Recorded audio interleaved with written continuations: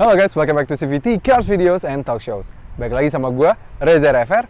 Nah, di belakang gue ini sudah ada sebuah Mazda terbaru yang baru meluncur di 2020 ini, yaitu adalah the new Mazda CX-8.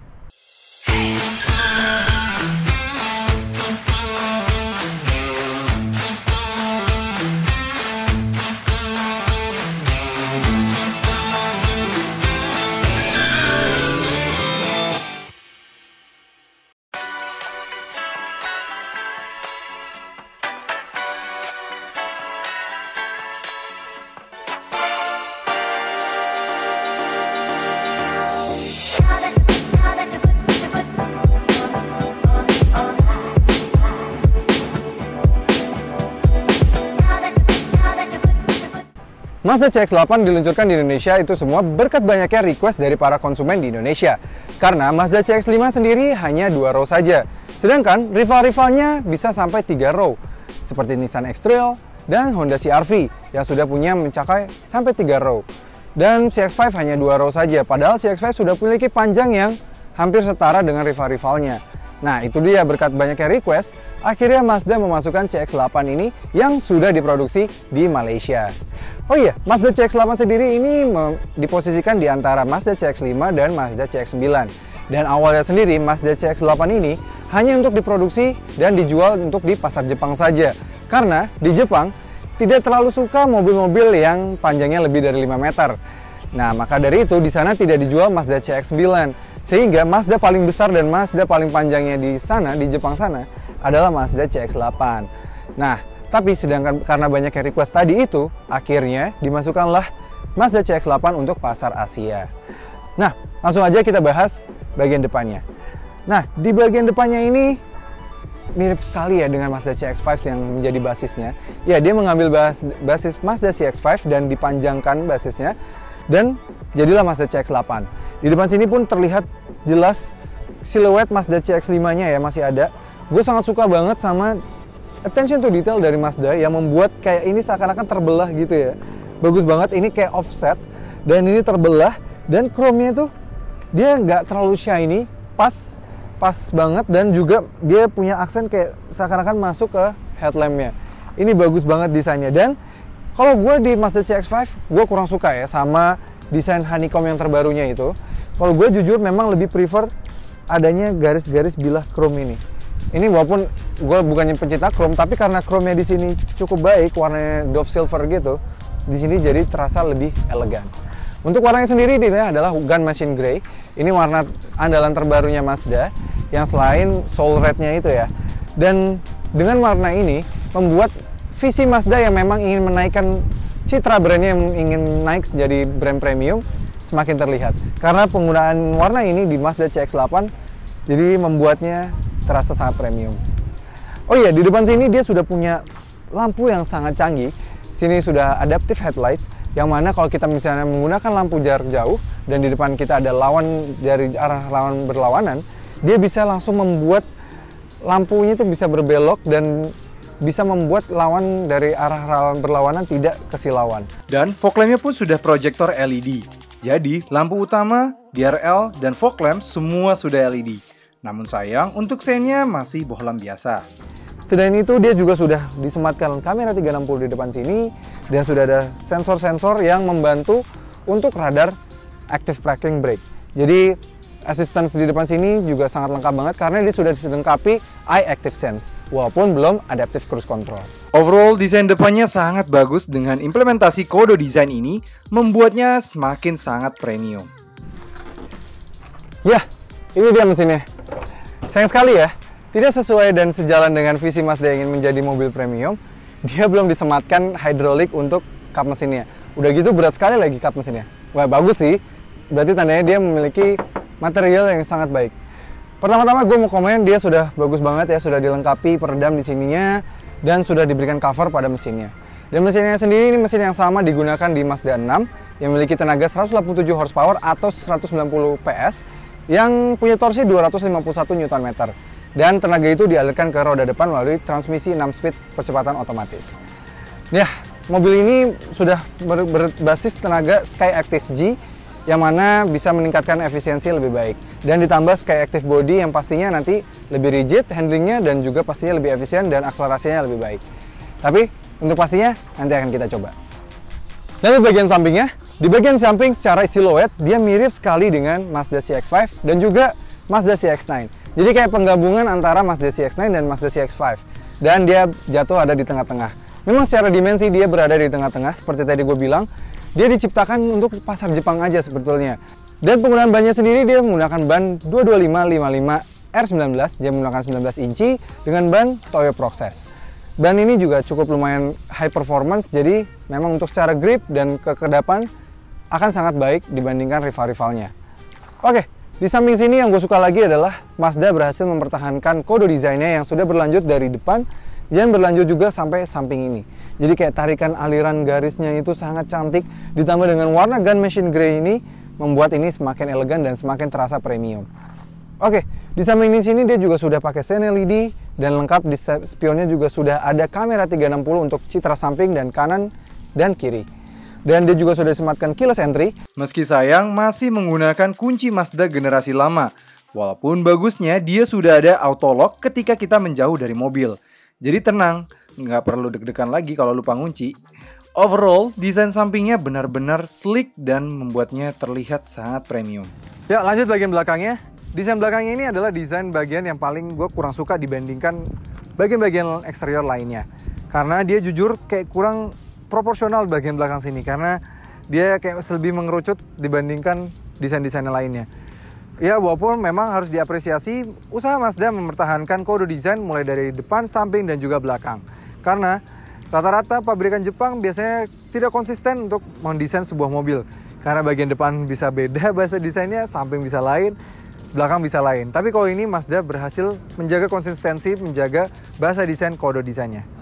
Oh iya, yang kami suka lagi adalah adanya dua muffler yang ini dua-duanya asli, yang berfungsi secara normal.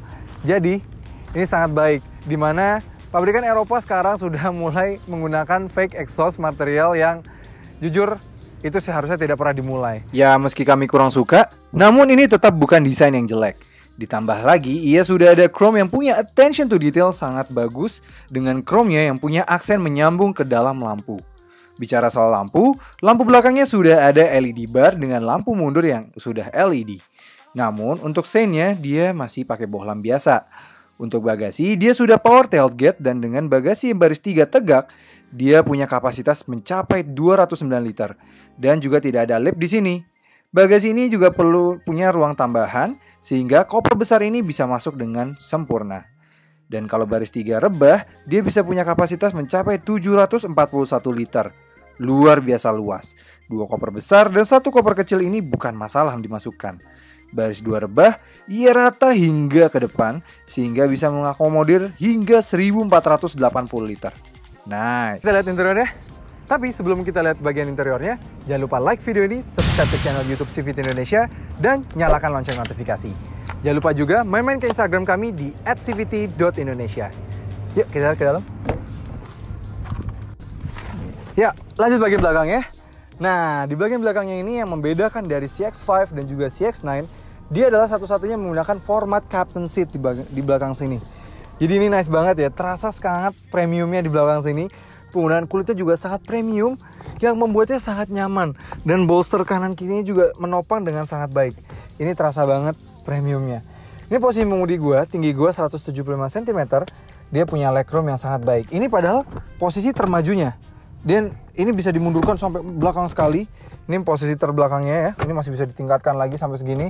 Dan kalau lebih maju lagi, paling maju tuh untuk memberikan ruang di belakang. Ini pun kita masih ada legroom. Jadi nice banget. Di sini fleksibilitasnya sangat baik. Ya, di belakang sini ada attention to detail yang kadang terskip oleh orang karena dia menggunakan kaca Pilkington, yang mana ini adalah kaca yang digunakan juga oleh Range Rover. Jadi sangat premium sekali ya. Ditambah lagi dia sudah ada sunshade meski pengaturannya masih manual. Lalu kursi pun dapat direbahkan sehingga semakin nyaman. Juga sudah ada tri-zone climate control sehingga penumpang belakang dengan leluasa mengatur suhu. Center console ini bagian tengah sudah dilapis kulit dan ia sudah punya pembukaan 2 sisi dan juga sudah ada 2 slot USB. Dan sudah ada heater seat yang mungkin karena ini untuk pasar Australia kali ya. Kemudian juga ada yang unik dari seat back pocket dari CX-8 ini karena ia memiliki 2 lapis. Untuk masuk ke belakang, sistemnya mirip dengan R3 atau X-Trail yang di-slide ke depan. Namun bukaannya yang lebar membuatnya mudah untuk masuk ke baris 3. Di belakang sini baris 3 dia tetap memiliki legroom yang cukup lumayan ya. Dia masih ada sekitar 4 jari legroom. Jadi tinggi gue 175 cm, jadi gue masih tetap bisa duduk dengan cukup enak. Tapi memang sayang sekali dia cukup rada jongkok di belakang sini karena kursinya terlalu rendah ke bawah dan lantainya terlalu tinggi ke atas. Jadi kaki gue terasa tidak tertopang dengan sangat baik. Ini sayang sekali ya. Meski begitu dia sudah sangat bagus, dia sudah disematkan 2 cup holder dan juga kantong di bagian sini dan juga bagian sini. Ditambah headroom pun masih lega. Yang namun sayangnya karena ini build up Malaysia yang mana kurang suka sama sunroof, maka di sini terasa sangat gelap, apalagi dengan penggunaan material hitam yang ada di atap. Lanjut bagian depan ya. Ya, di depan sini aura Mazda generasi terbarunya sudah sangat terlihat langsung ya. Dia sudah menggunakan bahan yang sangat premium, mulai dari sini ini semua udah soft touch berlanjut ke depan. Kalau di rival-rivalnya ini jarang masih sudah menggunakan soft touch hingga sampai fully dashboard sampai sini. Dia sudah menggunakan jahitan yang asli, sudah soft touch juga di sini, sudah menggunakan material kayu yang asli dan sangat premium ini ya, nice banget. Dan lengkap juga digabungkan dengan polish material chrome yang sangat menarik ini, luar biasa. Bagus banget di sini desain overallnya, memang Mazda sedang meningkatkan rasa premium dari brandnya sendiri. Dan juga digabungkan dengan piano black yang sangat cantik untuk di tengah sini. Desain overall ini memang sangat premium sekali ya bagi Mazda ini. Luar biasa dan penggunaan materialnya sangat baik. Di sini juga sudah ada glove box bagian tengah yang sudah dilapisi kulit dan punya pembukaan yang 2 sisi. Jadi ini terasa sangat premium ya. Nice sekali.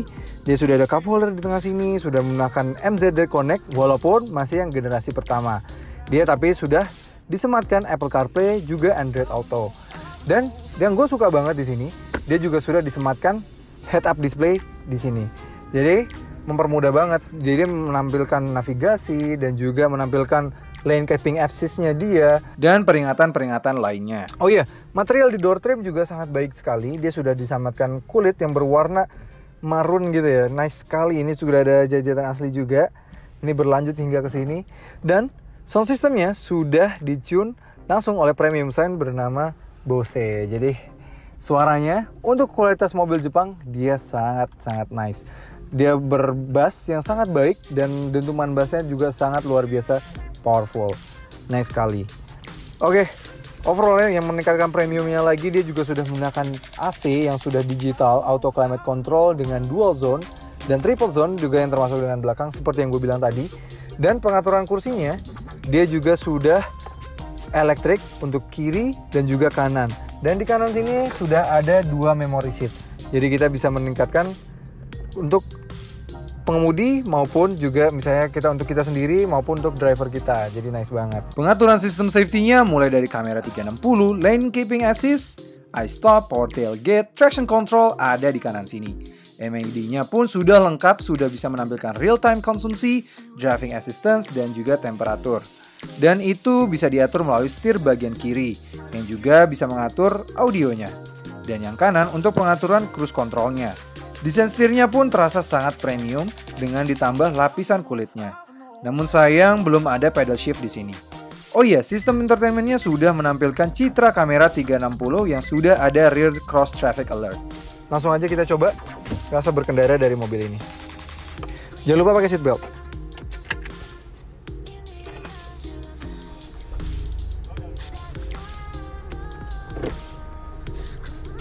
Let's go.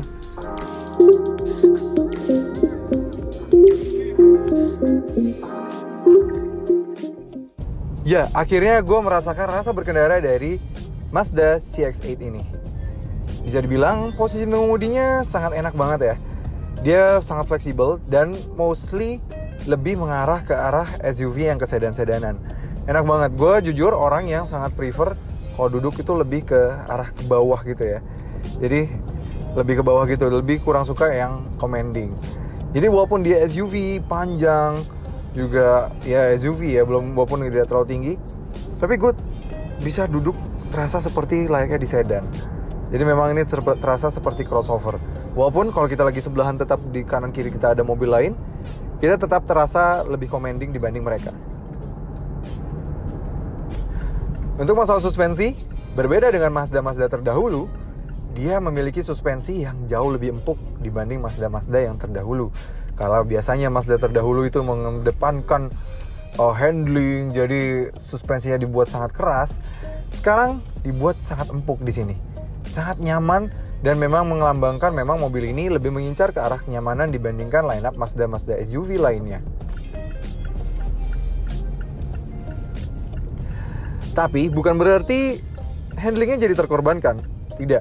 Memang dia tidak se-sharp CX-5 seperti si adiknya yang memang dibuat lebih ramping dan juga dia lebih pendek ya, yang mana pastinya akan lebih sharp rasa berkendaranya. Tapi di sini dia tetap sangat baik. Bayangkan saja, dia punya panjang yang jauh lebih panjang daripada CX-5, tapi handlingnya tidak jauh berbeda. Dia tetap enak, tetap nyaman, tapi tetap fun to drive. Seperti like Mazda. Zoom. Very nice. Dan bagaimana untuk kekedapan kabinnya yang selalu menjadi masalah di Mazda zaman dahulu? Nggak usah khawatir, sekarang sudah ada penggunaan kaca yang juga digunakan di Range Rover sehingga kekedapan kabin bisa mencapai 58 decibel meter, yang mana itu setara jalanan sepi. Wow. Nah, ada fitur apa lagi di Mazda CX-8 ini? Ya, Mazda CX-8 ini sudah dilengkapi dengan fitur iActive Sense yang merupakan adalah paket keselamatan dari Mazda. Dan ini sangat cukup lengkap karena dia sudah disematkan Active Steering Assist, yang mana kalau kita lane-nya jelas, dia akan bisa membantu kita membelokkan setir sendiri. Nih, gue nggak memegang setir dan dia membelokkan dengan sendirinya. Tuh, nice sekali. Nah, tapi kalau kita sudah terlalu lama, dia akan menyuruh kita untuk memegang setir kembali. Itu fitur yang sangat nice sekali. Jadi, nggak cuma lane assist, cuma memberikan beep ketika kita berpindah lane tanpa menggunakan sein, dia juga menggerakkan setir supaya kita tetap berada di lane yang tepat. Selain itu, dia juga sudah disematkan Active Braking Assist, yang mana kalau sudah terlalu dekat dengan mobil di depan kita, dia akan memberikan tambahan bantuan rem duluan dan memberikan peringatan pada head-up display dan juga pada speedometer. Ini fitur yang sangat membantu sekali ya.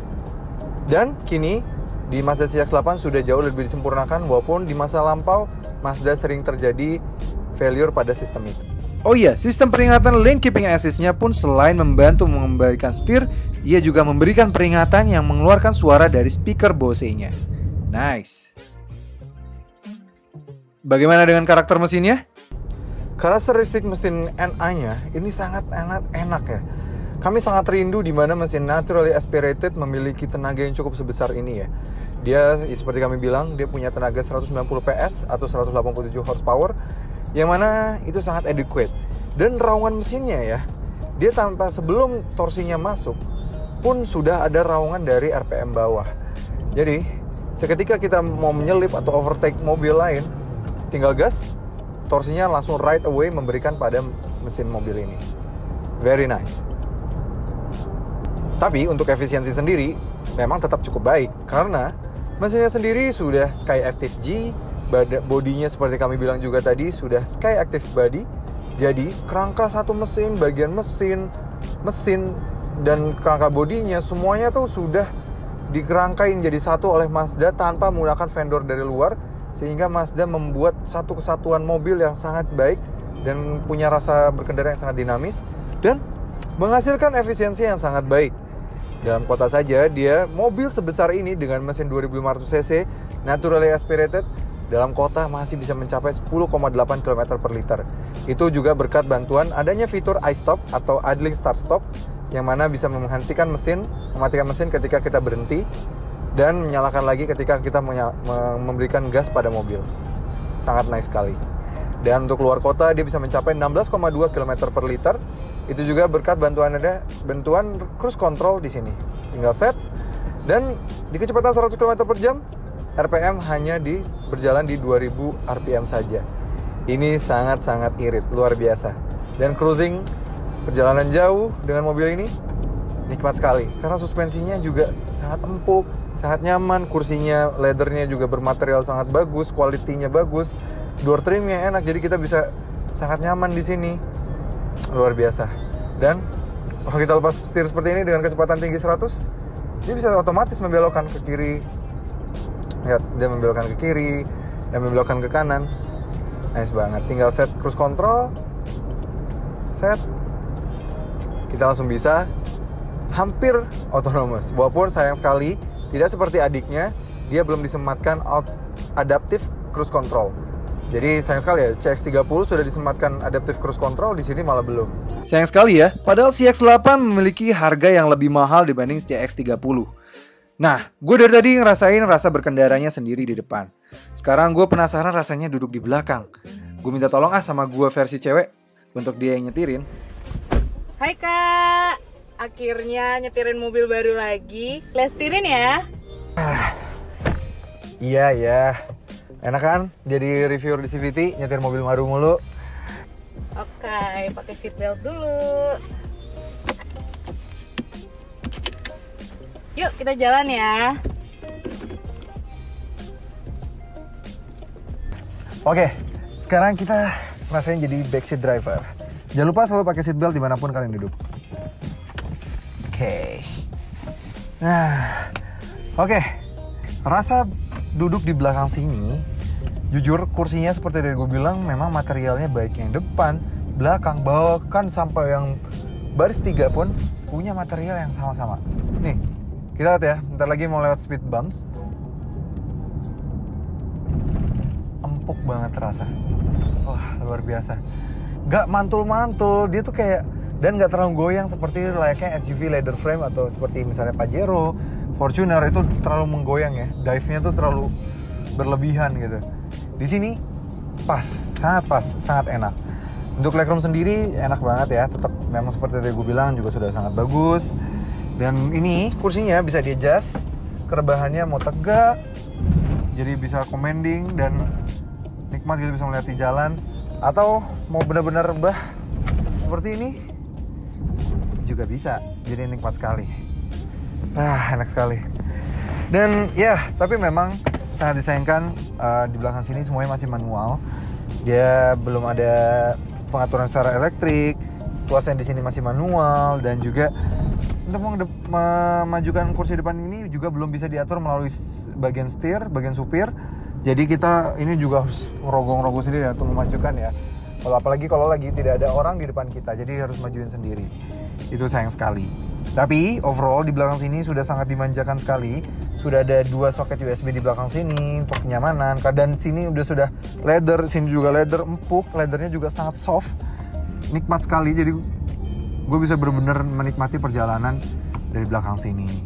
Dan untuk privacy, di sini sudah ada rear curtain-nya. Jadi bisa meningkatkan privacy dan memberikan kenikmatan berkendara. Gue bisa nyaman dan bisa tertidur deh di sini. Setelah segini ceritanya. Udah deh, nggak usah kelarin reviewnya. Nggak, bercanda. Ya overall di belakang sini sangat nikmat. Dia juga sudah ada sudah ada pengaturan sendiri AC-nya. Jadi sudah ada Trizen Climate Control untuk kanan depan, kiri depan, dan juga penumpang belakang sini. Nikmat banget. Dan juga sudah bisa di-adjust ya. Maju sekali, atau mundur sekali. Bayangin aja, maju sekali aja, gue masih punya legroom. Dan yang gini paling mundurnya seperti ini, legroom jelas. Sangat luar biasa. Overall kami kaget dengan rasa nyaman yang tetap berlanjut untuk penumpang belakang. Karena biasanya Mazda punya kecenderungan sangat driver oriented. Bagaimana dengan akselerasinya? Ya, gue udah nemu tempat kosong. Gue akan tes 0-100 dari mobil ini. Ya, pertama-tama kita rubah dulu ke mode sport. Dia sudah ada mode sport ya. Matiin dulu traction control. Traction control sudah off. Matiin AC supaya kita mendapatkan akselerasi yang paling optimal. Ya, masukin ke mode manual. Sayang sekali mobil ini belum disematkan pedal shift.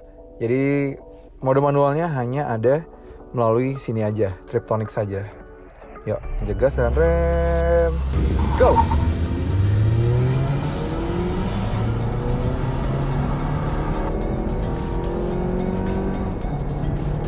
Transmisinya tuh shiftnya cepat sekali ya. Dari jeda 100. Luar biasa. Transmisinya itu hanya torque converter biasa, bukan dual clutch atau CVT apalagi ya. Dia torque converter biasa tapi punya kecepatan 0 sampai 100 di 9,9 detik. Ini cukup baik untuk SUV yang sebesar ini ya.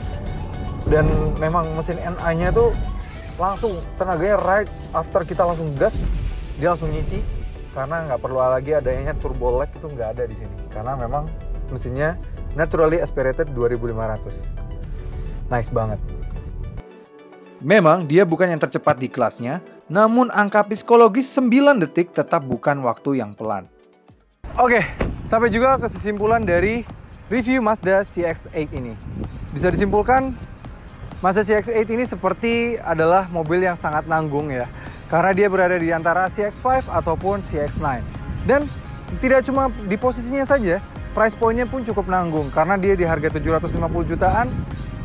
Sudah ada opsi untuk membeli CX-9 bekas misalnya, yang sudah fully 7-seater dan sudah disematkan sunroof dengan fitur yang mirip-mirip dengan mesin yang sama. Walaupun CX-9 yang terbaru sudah hampir 1M dan sudah punya mesin turbo. Tapi at least dia sudah jauh lebih baik dan lebih lengkap daripada CX-8 ini. Ya memang, walaupun untuk beberapa fitur justru tidak ada di CX-8 ini, tidak seperti di adik-adiknya, namun tetap adanya line up Mazda sebagai penjembatan antara CX-5 dengan CX-9 membuat Mazda semakin serius untuk menjadi brand premium. Oke, sekian review dari gua, Reza Rever. Terima kasih sudah menonton CVT Review kali ini. Jangan lupa like video ini, subscribe ke channel YouTube CVT Indonesia, dan nyalakan lonceng notifikasi. Sampai ketemu lagi di review berikutnya.